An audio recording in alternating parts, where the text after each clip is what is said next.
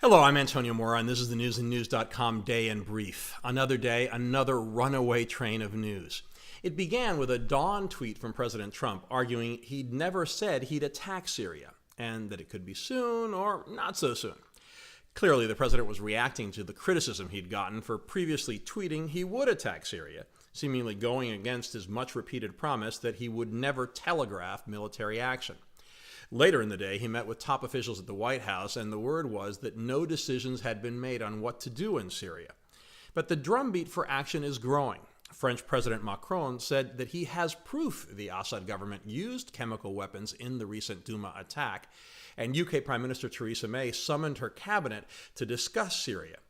But UN Ambassador Nikki Haley and Defense Secretary Jim Mattis seem divided on the evidence of the attack, with Mattis testifying on Capitol Hill that the U.S. is looking for actual proof. Also on Capitol Hill, CIA Director Mike Pompeo faced his first day of hearings as Secretary of State nominee. We saw the usual histrionics from camera-loving senators. Pompeo vowed a tough stance on Russia, saying he takes a backseat to nobody when it comes to standing up to Putin and company. But he dodged questions about the Mueller probe and said he would not resign if Trump fired the special prosecutor. In other news, Trump seems to be changing his tune on the Trans-Pacific Partnership and said a deal on NAFTA is pretty close. An EPA official testified about more extravagant spending by Scott Pruitt, and a chemical weapons watchdog confirmed the UK's findings on the poisoning of a former Russian spy and his daughter. The Russians, of course, dismissed the findings.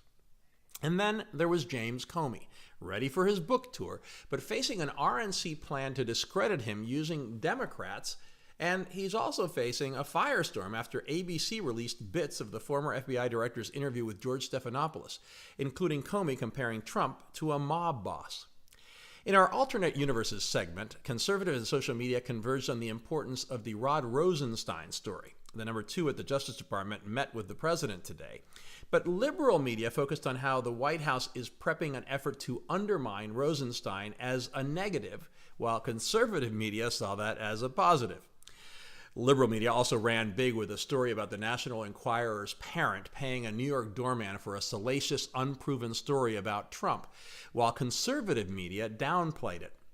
In sports, the Seattle Seahawks reportedly postponed a visit by Colin Kaepernick after the quarterback declined to say if he'd stop kneeling during the national anthem. Finally, if you have a teenage child or love video games, you'll know that the world almost ended today because the biggest game in the world, Fortnite, crashed for almost 24 hours. Fortunately for teenage sanity, it was back online around 3 p.m. Eastern.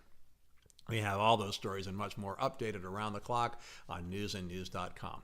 I'll see you again tomorrow.